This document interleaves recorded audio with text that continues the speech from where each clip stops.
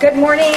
Aglow Riverside Lighthouse here in Corona is very excited to welcome our speaker this morning. Anthony Epperley is a friend of mine that I know from our church, and I have just watched this young man. He is a wild and crazy type of guy. I knew he was Aglow material when I first met him, coming out of amazing circumstances in the world prior to meeting Jesus, and I just love what the Lord has done in him. I love his enthusiasm. I love his excitement for Christ, and so I'm really honored and blessed to introduce to you this morning our speaker, Anthony Epperley, father of 4 of his own children with a beautiful wife named Leah.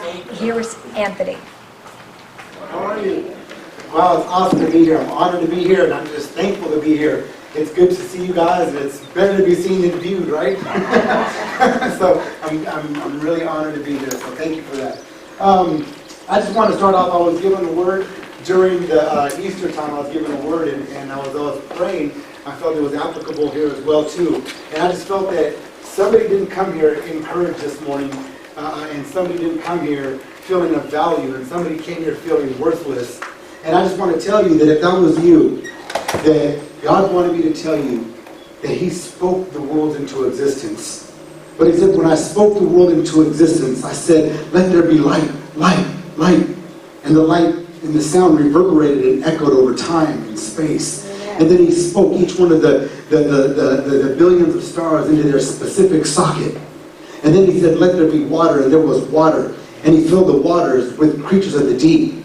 And then He said, let there be land. And He carpeted the land with multitudes of grass and flowers of specificity. One of the flowers being the lily. And then He mirrored Himself after the lily, saying that I am the lily of the valley. The lily being one of the tallest flowers, it dips its head. No wonder why Jesus mirrored Himself after the lily, because He dipped His head. Then He says that after I spoke the world into existence, He graced us the world with His presence and His divinity, and He bent down and kneeled down from heaven and put His hands in the dirt, and He grabbed the sand, and from the dust He started to form and mold and shape and make man. And He wanted me to tell you that you are the only thing He has ever touched. So touch your neighbor and say, you're touching the things that God touched. Amen? You're touching the things that God touched. That's a good thing. That's a good thing. So, like Diane said, my name is Anthony, and I'll give you a little story about my life, and try to do that in about 5 minutes. And so I grew up in a very abusive household, extremely abusive father, verbally and physically. I've heard of stories that he kind of knocked me unconscious when I was about 1, hitting me in my head, and I remember walking into my house one day behind him, and he was really upset, and the dog had peed on the ground, and he disposed of the dog in front of my face. So I say that in code because we have children here and I don't want to get too graphic. But he disposed of the dog, and I'm 6 years old and I'm watching him dispose of the dog in front of my face, my dog, the family dog.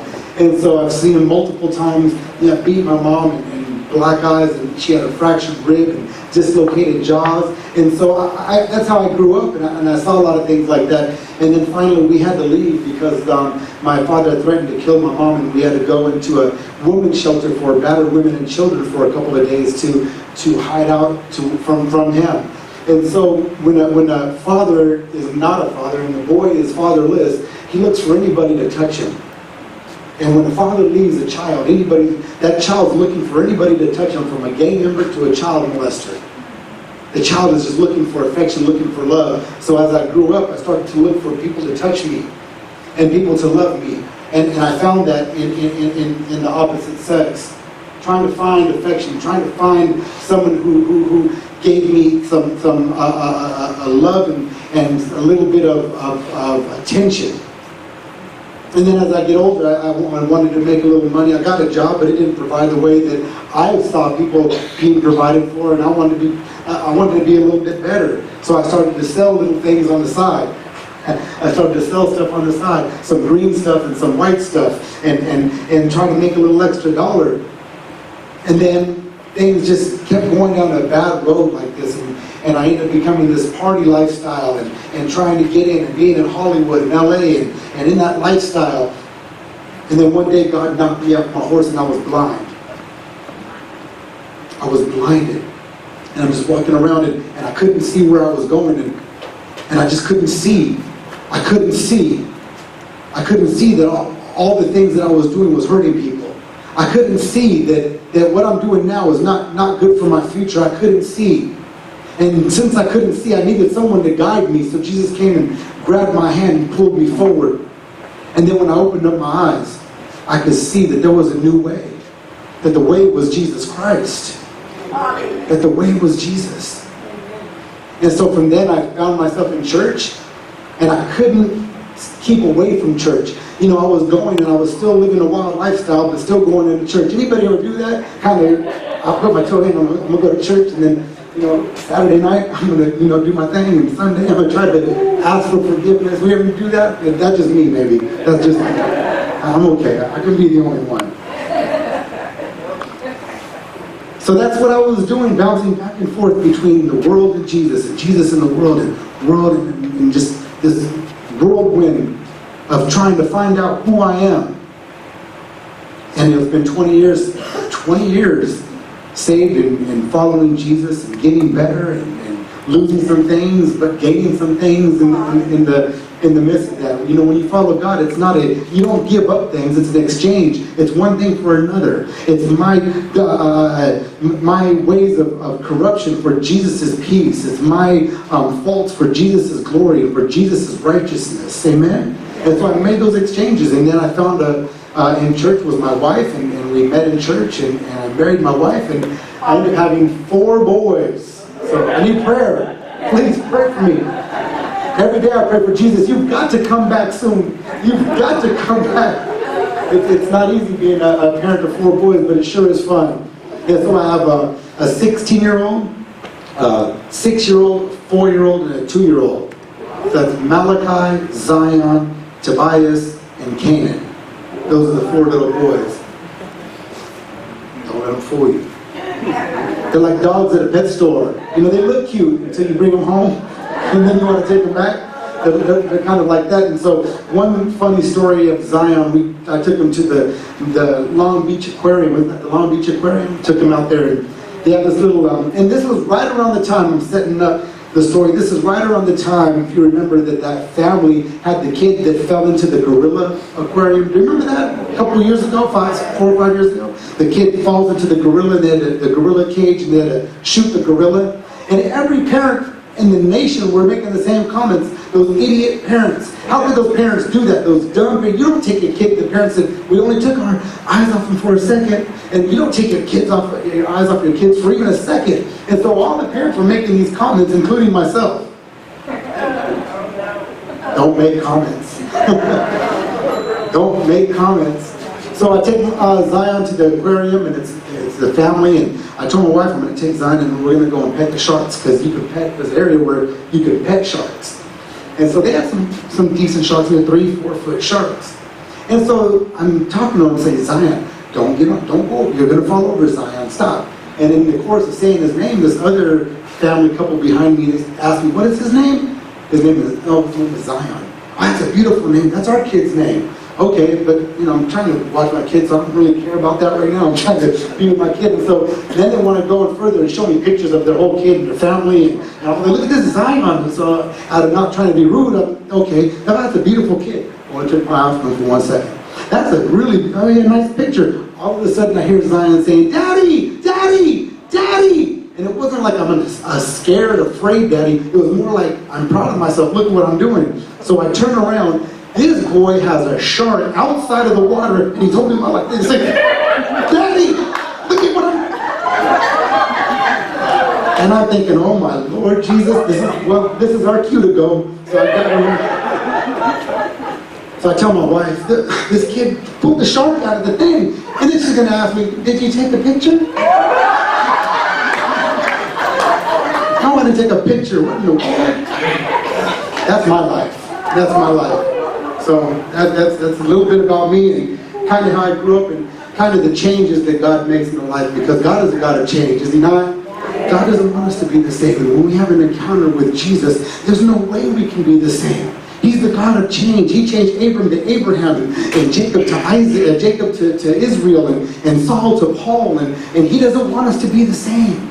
And there's just no way that after you have an encounter with God that you could ever be the same. So I want to get into my story. I'm going to start off with the verse. First, it's in Romans 3:23. The verse says, for all, repeat after me, say, for all, for all, for all.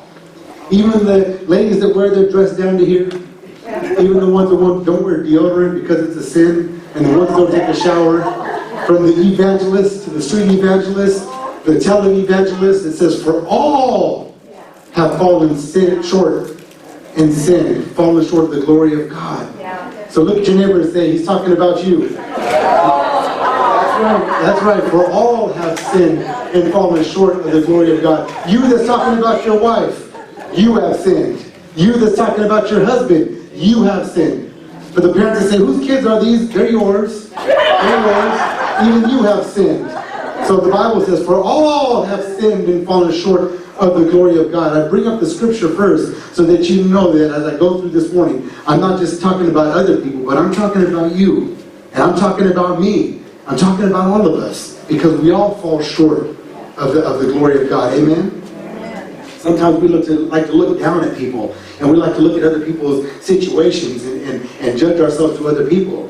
You know, I heard a story, and the story was talking about perfection, holiness, and righteousness. And the story said, it goes like, if we were in a boat and we were 50 miles outside of the ocean, we were 50 miles out, and the shore was 50 miles from where we are, and we both decided to jump off of the boat, and we both decided to swim back. But I can only swim 10 miles, and you could swim 40 miles.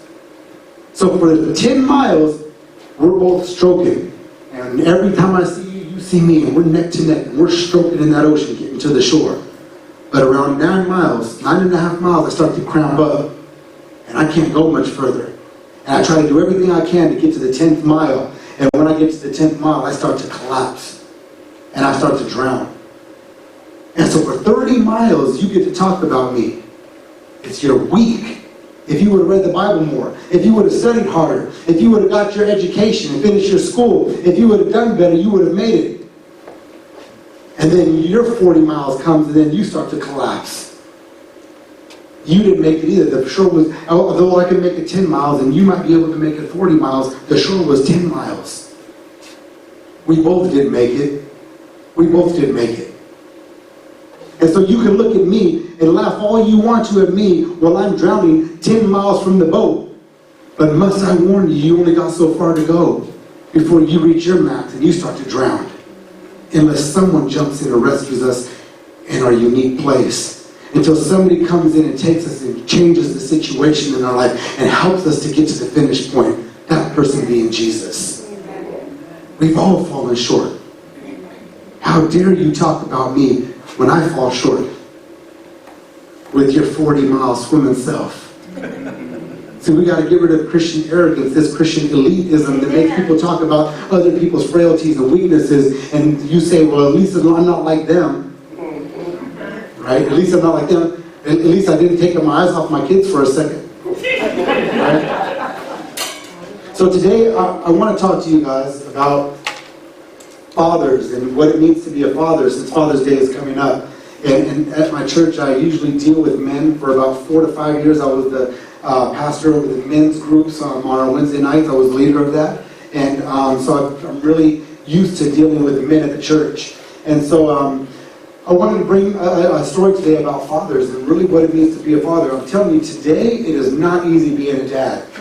It is not easy. And I know for you women, it's not easy being a woman either. I know that, and I understand that. I seen my wife when she went through all of the births of our children, and the first 3 that they were, she had the epidural, so I really couldn't feel sorry for her really, because it didn't seem too dramatic.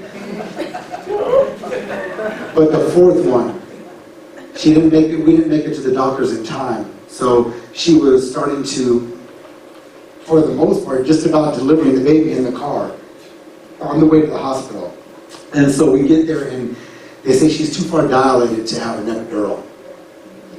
And so that's when I realized how serious natural childbirth can be. And if I ever thought that I could do something like that, which I never did, but and that's the time where I really realized, what it's like to be a woman from the best perspective I can have of what it's like to be a woman. And I do see my wife with the 4 boys and how she struggles with the 4 boys, because it's different between a man and a woman. When I come in the house, they listen.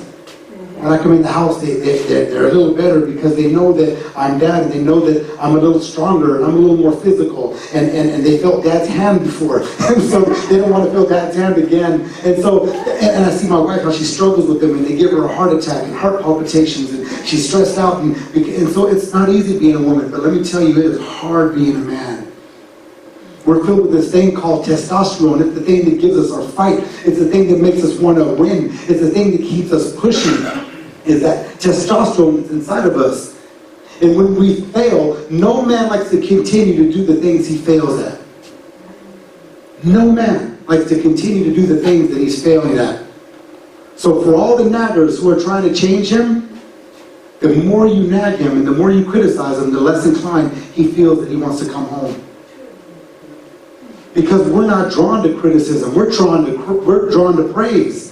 We were created in the likeness and image of Jesus Christ. When you praise Jesus, he's magnified. And when you praise man, he's bigger, he's stronger, he's better. He wants to do better. And so that's the things that men are drawn to. And we feel like we're not doing well, we don't want to continue in those areas. And we drop the ball, and we backpedal and retreat. And when men backpedal and retreat, it leads the women to do things that women weren't built to do. To be the provider, the breadwinner, the nurturer, the disciplinarian, the house cleaner, the cook, the shopper, the getting the kids ready, the one that does the laundry, the one that folds the clothes, the one that packs the lunch, the one that. And women weren't built for that. But they take on this role out of default because they have no other choice, because we backed away. And then when a good man finds a woman, it's hard to be a woman that's already trying to be a good man. It's hard to be a good man to a woman who never had a father in her life.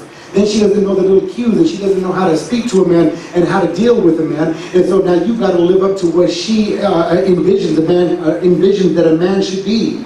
Amen. And that's not always doable. It's not always possible. It's not always right what you envision when you don't have another man in your life to see what that looks like. It's not always easy to live up to that kind of model. That doesn't mean that because you envision that's the right vision. You guys think about Superman, and I wish you would have thought more about Clark Kent, because I wish you would have thought of a man who's weak sometimes, and a man who's scared, and a man who's stressed out, and a man that even though he's falling, he's just still swinging. I wish you would have thought of Superman. Yeah, I got my Superman moments, but alas, I have my kryptonite too. And so it's hard being a man, because the roles for men have changed. Think about 30, 40 years ago. All the man had to do was just make the money and come home. It didn't matter if he didn't talk much. It didn't matter if he didn't tell you I love you much. You might only get a love you on a deathbed confessional, but it didn't matter because he made the money and he took care of the family. And then if the kid said anything, the wife, the mother would slap the kids on their head and they say, don't you say anything about your father, he's a good man. Because back then the women didn't let the children talk about the husband. Big difference than today. But now today, you've got to be a sensitive man, in touch with your emotions. You've got to know how to cry. And if you don't cry, you're not a man. But if you cry too much, you're soft. So it's confusing on, what is a man? Am I supposed to bring home the bacon or cook it? I don't know. And so I want to get into a story. This is the story of Jacob. Now Jacob, he was a trickster. He was a con man. He was a manipulator. He was low down, dirty. Anybody know the story of Jacob? He was a low down, dirty individual. And even though he was low down and dirty, he didn't get there by himself. For those of you who know the story, his mother had a big role to play in that as well. She was just as dirty as he was, making the plans and the schemes and the plots. But the Bible doesn't like to talk about dirty women so much. We like to focus more on the dirty men. And his uncle Laban, he had a lot of things going on in his life too. So whether it was nurture or nature, the composite of both created a profile where Jacob didn't fit in. And I wonder if anybody in here was somebody who didn't fit into the family, didn't line up to the family views, didn't line up to the family brand, didn't kind of fit into what the family was doing. Are you the stone that the builders rejected? That was Jacob. He didn't quite fit in. He came from a long line of faith men. Abraham was his grandfather, and Isaac was his father. He came from a long line of faith men, but he didn't line up to what those faith men were laying foundations years ahead of him. He was a misfit, but God reached down and grabbed him and said, I want you. What do you do when God grabs a dirty, filthy individual? I know it doesn't seem right, and sometimes it doesn't seem God chose him, and it doesn't seem fair, but what do you do when God reaches down and says, I got a plan for your life, and I got a purpose for you? I know you've been strung out on drugs. I know you've had adulterous relationships. I know you weren't the best parent, but I got a plan for your life. And he snatches you out of your background and puts you into your destiny. That's the man I'm talking about. It's Jacob. That's Jacob. And so Jacob is now on the run from his brother, and he has to run from his tribe because his brother is talking about he's going to come back and kill him for some things he has done. So now he's on the run. And while he's on the run, he has an encounter with God. And you remember the story when he goes up the mountain and wrestles with God, and he comes down, a new person has a different name. And his name was now Israel. So he goes from Jacob, the trickster, that's what that meant to Israel, which means prince. And I wonder how many men in here God has renamed. I wonder how many people in here God has renamed and reshaped and repurposed for his glory. God wants to rename you and take you from one area and set you into another. And so Jacob now is stuck in this twilight zone, living between two people.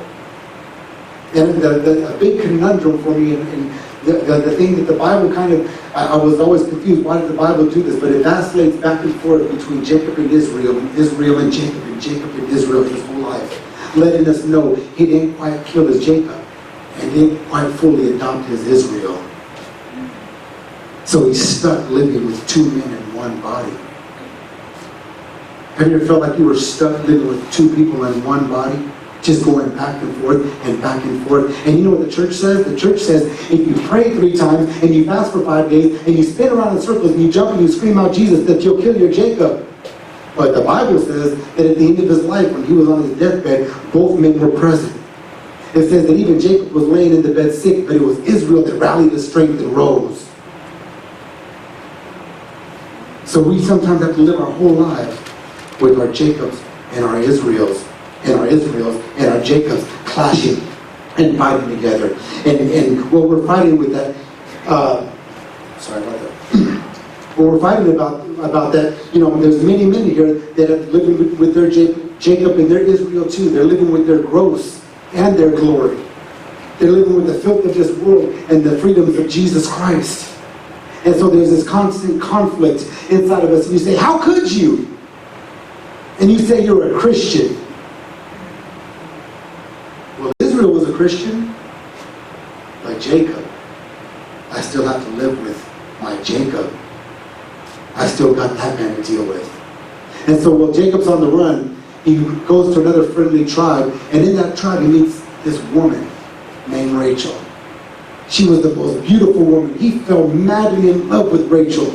I mean, it was a girly kind of love. It was that romantic novel kind of love, that romantic movie kind of love. Come on, ladies, you know what I'm talking about, right? The men might not, but the ladies, you know what I'm talking about. It was that romantic type of love where he saw her at first sight, he said, you are my lady.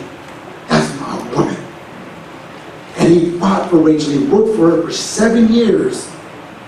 And after 7 years, he gets the ugly, cross-eyed, buck-toothed, pigeon-foot, bow-legged sister. That's just how I see the story. I don't know. She just wasn't the cute one. How's that? She was the kind of girl you go on a target and say, man, if she's got a woman, there is something wrong with me.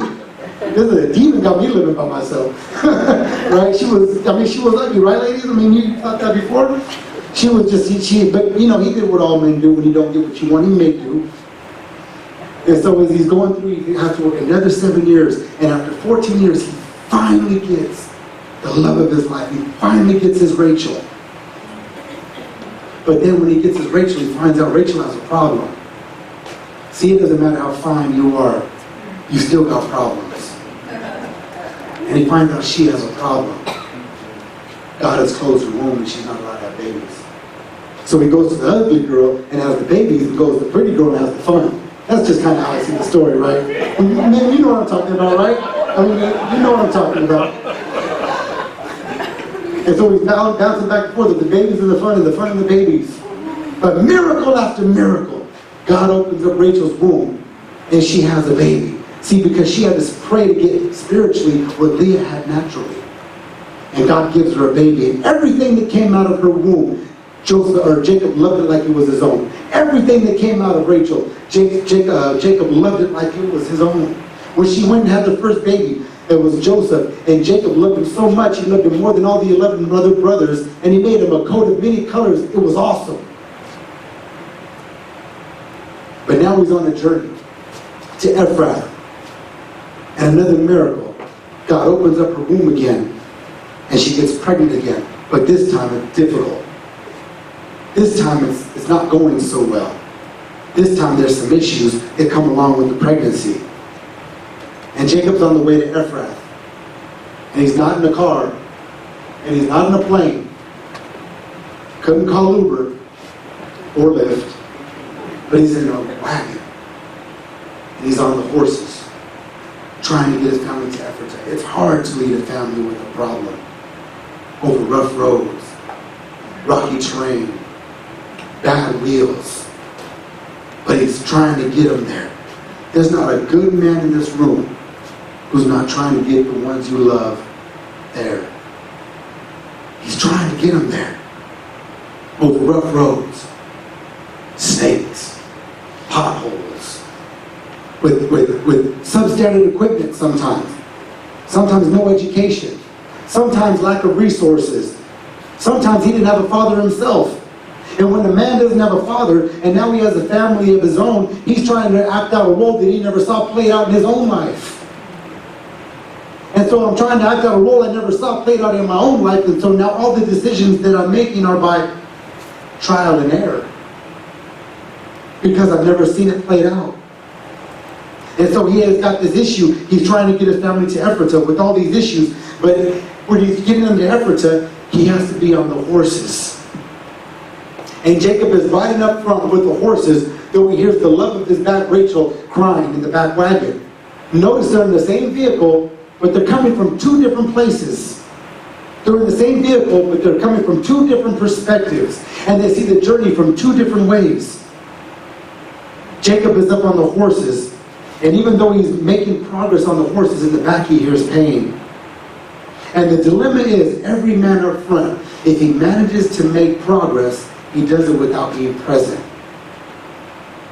But if I am present, I can't be on the horses making progress. So when he's with the progress, he hears the crying of the love of his life, Rachel, in the back. And the dilemma of the man is, do I stay on the horses, or is this there a be there moment? But Rachel, if I'm there, I'm not moving the family forward. And if I'm moving the family forward, then you say that I'm not there. And this is the dilemma of every man. Do I stay with the horses, or do I hang out with them in the wagon? Because if I hang out in the wagon, the horses stop. And if I hang out with you, the movement stops. And when I get back on the horses to make the movement, then your respect for me stops. Because you say I'm not there, even when you need me to be. So it's tough being a man. Because I've got to get us to Ephrath by a certain time. I've got to get us there. And I'm 40, and I got to get us to Ephrath. And here I am, I'm 50, and I've got to get us to Ephrath. I'm on the horses, and I've got to get us to Ephrath. I'm 60, I'm running out of time, and I've got to get us there. There's an emergency going on, because success has a time limit. It's got a shelf life to it. And I'm trying to get us there. I know I hear you crying in the back, but I'm trying to get us there. I'm trying to get us there. I'm driving these horses as hard as I can. I'm driving these horses all night. I'm fixing my car to save my money. I'm wearing the same clothes to save money. And I'm doing the things I gotta do to get you there. And I'm going to work and letting people talk to me like a dog, because I'm trying to get us there. I'm trying to get us there. I'm trying to get us there, baby. I'm trying to get us there.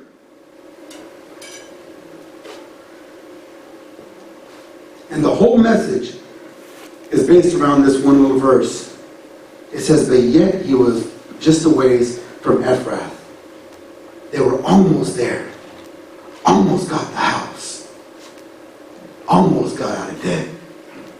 I almost got the family together. There are so many men who are almost there, but yet they're still a ways from Ephrath. And Ephrath, he was trying to get his wife to Ephrath, and in that journey, she ends up going into labor. And she births the baby. Where? Just short of Ephrath. And he was trying to get them there. Ephrath is also known as Bethlehem. And Bethlehem is the house of bread. And he's thinking, if I could just get her to the house of bread, everything is going to be okay. If I could just get her there, she'll know why I wasn't in the wagon. If when I get the house paid off, she'll understand it. And when I get the money for the retirement, she'll figure out why I was doing this the way I was doing it. And I got a plan. I got a plan. See, if I ride all night, I'll make it. And I got this all figured out. Just for 3 years, we'll make it work, and we'll save it. And I'll go to work, and I'll take a second job. And then when I come home, I'll eat the dinner and pick up the kids like you need me to. And I'll come home and then go to my second job. And if we just do this for 3 years, we'll make it work. And in a year, we'll pay off the car. But yet, they were just short of Ephrath. Just short of Ephrath. Guilty of the struggle every father in this room has ever had. Do I stay with them? Is that the best use of me? Or do I stay with the horses? Because every time I'm with the family, I can't move forward. And every time I'm moving forward, I'm not with them. Any man in this room has ever felt that, I want you to stand up. Any man that's ever felt that he's had to make a choice between the horses and the carriage, I want you to stand up.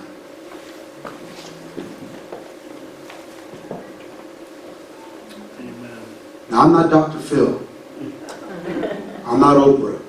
I'm not The View. But ladies, next time you ask your man what he's thinking about and he says nothing, I just told you what he's thinking about. Go ahead, you can sit down and thank you.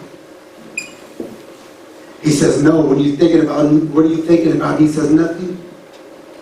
Because he doesn't want to tell you that really I'm scared. Really I'm confused. Really I don't have all the answers. Really I have more questions than answers. But his default answer is nothing. He's confused. He's confused between the horses and the wagon. And whether he should stay on those horses and in the wagon. And he's trying to do everything he can do. And he's thinking to himself, how can I support what you're trying to do and fund what you're trying to do? How can I be there with you and the kids and work the overtime that it takes for you and the kids to do it?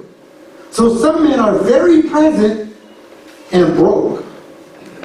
Right? He's there for all the events. He's there for all the family barbecues. He's there for all the games and all the practices. He's Johnny on the spot. He's there.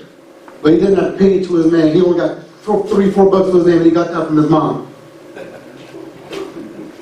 And then when she gets tired of him, she says, I'm tired of you. You don't bring anything in this house. And the other man, he's got the money.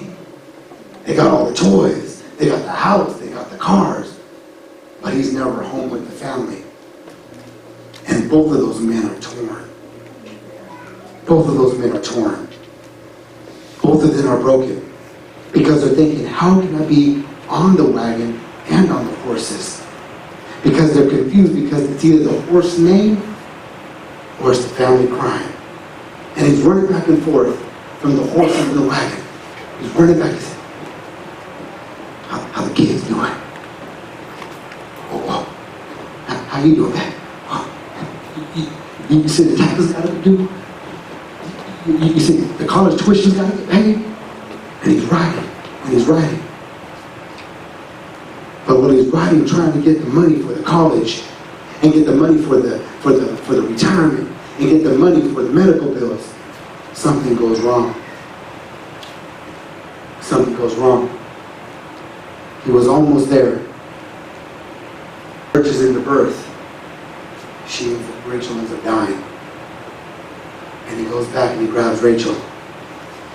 And he says, Rachel, We were almost there, baby. We were almost there, baby. We were almost there. We were almost there, baby. Did we almost have it all? Did we almost have it all? I think far away is better than up close. I'd rather die 10 miles away from the shore than just 3 more strokes. I can see it right there, just 3 more strokes and die in shallow water.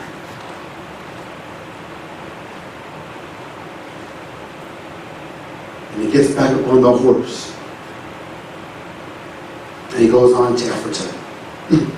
But before he goes on to Ephrata, he walks over and gets the dead body of the love of his life. The woman he really loved. And men seldom really ever love. But when we do, God have mercy. The reason why we protect our hearts so much is because when you broke my heart, you broke in me. And he goes and he gets the baby. And the baby is crying because the baby has no milk to feed from because his mother's breasts are dead. And the mother, during the pregnancy, before she died, she named the kid Benoni. And he grabbed the son. And he says, your name should no longer be Benoni. Because Benoni meant son of my sorrow. He couldn't be son of her sorrow. He wasn't old enough to be son of her sorrow. It was his mother's sorrow.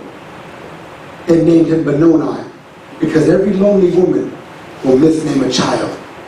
You're just like your father. And she named him Benoni. And now we have to change the name from Benoni, which means son of my sorrow, to Benjamin, which means son of my strength.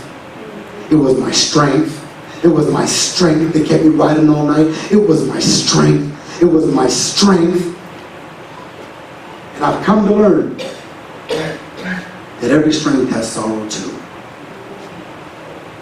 That every Benjamin has a Benoni.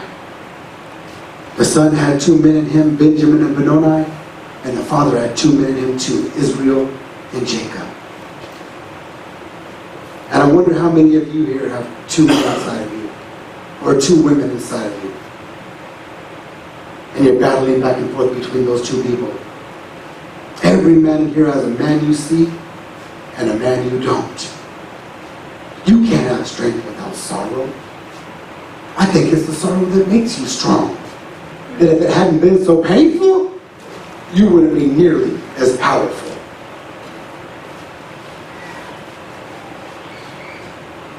It was his strength that kept him riding. And in every Benjamin, or every Benoni, there's a Benjamin saying, you've got to get up. You've got to get up and stand. You don't have a choice. Because sometimes being a man means that sometimes you don't have a choice. There is no choice. There is no option. So he goes over and he grabs Rachel and he grabs the shovel and he starts digging. I did the best I could. I did the best I could with what I had. I did the best I could with the tools I had. And I tried. I tried to get us there. And I know it doesn't look like it because I fell short. And every time you fall short, they always remember what you did wrong and they never remember what you did right. And the worst part is when you go to get the comfort, you get the criticism. You didn't do this. You didn't do such and such. You didn't do this one. I already know. I already know I didn't do that. I got to live with it every single day. And I wonder how many men have buried something where you fell short. It's not always a Rachel. Sometimes you can just bury your fight. Sometimes you just get your almost place and you just bury your hope. And sometimes you just bury your joy. You get to your almost place and you just bury the thing that you failed on.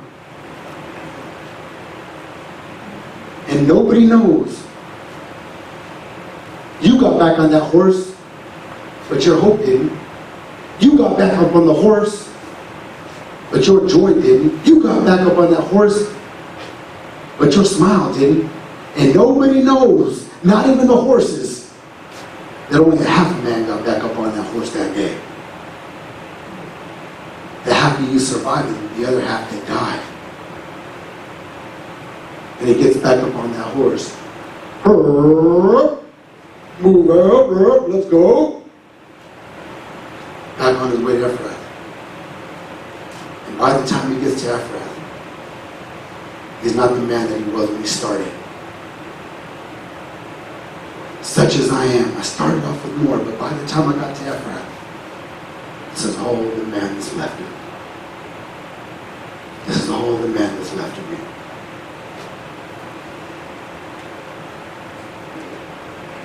He lost his wife, Rachel. He gets back up on the horses. He goes to Epperley without his love of his life because she's dead. She's dead. And why do I keep failing when I come so close? So close. And why did these hands that were supposed to be wrapped around loving my wife Rachel, these hands now wrapped around a shovel, burying the one I love? And the Bible says to this day there's a stone marking the grave of where Jacob fell short. It marks his almost place. And he lives with the losses of his almost place. And the worst part of being short, like I said, is when you get the comfort, but instead you get the criticism. And the story, it ends kind of sad for Jacob. It ends kind of sad. And I want to know from the men, what have you buried in your almost place? Every man has a shovel, and when life gets crazy, they bury what they can't fix. So you won't get well? We'll just bury it. We'll just bury it. I don't need you to be around as a constant reminder of where I fall short because I go to sleep with it every night. But when we bury the things that we fall short, that sets the stage for Jesus to come in and turn the situation around. That's why he tells Mary and Martha, show me the place where you buried your brother. Because Jesus wanted to step in and engage where they fell short. He wanted to make a miracle where there was a mess. And so now Jesus is saying he wants to fortify you where you fell short. So the stage is always set for a miracle when there's a tragedy in our lives. For Jesus to come in and change the situation. Because if he's not Jesus over the place where you fell short, he can be in church all day long. But if he's not Lord of those places where we fall short, he's not the Lord at all. We've got to make him the Lord over those places where we fall short. And there's not too many stories that end bad in the Bible. There's not too many people that didn't get healed. There's not too many people that didn't get rescued. But every time that Shadrach and Meshach and Abednego get thrown in the fire, there's always a message. Every time that Daniel gets thrown into the den, there's always a message. Every time Israel gets bit by a snake, there's always a message. And then thousands of years later, I hear the hooves of another horse. And that horse is coming down that same road. But this time, it's not Jacob. This time, it's a man named Joseph. And on the back of his horse, he has a little girl and his girlfriend named Mary. And they're trying to get to Ephrath, now Bethlehem. And then when Joseph saw where Jacob fell short, he kept on riding. He said, I'm going to get there. Because he had to get there. Because he had to fulfill the prophecy that out of Bethlehem, Jesus would be born. And that's when I finally realized that if Jacob would have made it to Bethlehem, he would have had Benjamin being born. And they would have thought Benjamin would be the Messiah because he was a king. And so there's no way that he could have made it to Bethlehem. He had to fall short. And so where Benjamin fell short, Jesus picked up and kept on riding and kept on going. Because Jesus wants to finish the race where you fall short. Amen? He wants to finish the race where we fall short. The horses are coming. Look at your neighbor and tell him, the horses are coming. The horses are coming. The horses are coming. Jesus is coming. He's coming to make up the gap. He's coming to fill in where you left off. He's coming to get you to where you need to go.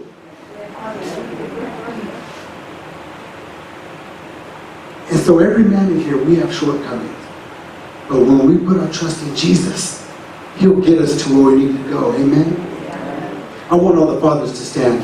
If you want to cut the video, you're more than welcome. I want all the fathers to stand this morning. If you're a father, stand. And I want you to come up to the front. Can you men come up to the front? Oh, shoot. Come